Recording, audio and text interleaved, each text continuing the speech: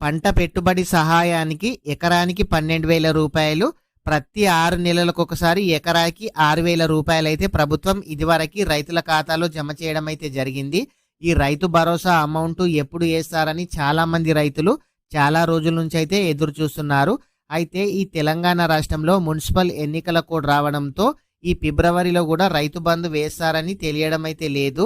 అసలు వీళ్ళు ఫిబ్రవరిలో రైతు బంధు వేస్తారా వేరా మీరు ఏమనుకుంటున్నారు కామెంట్ అయితే చేయండి.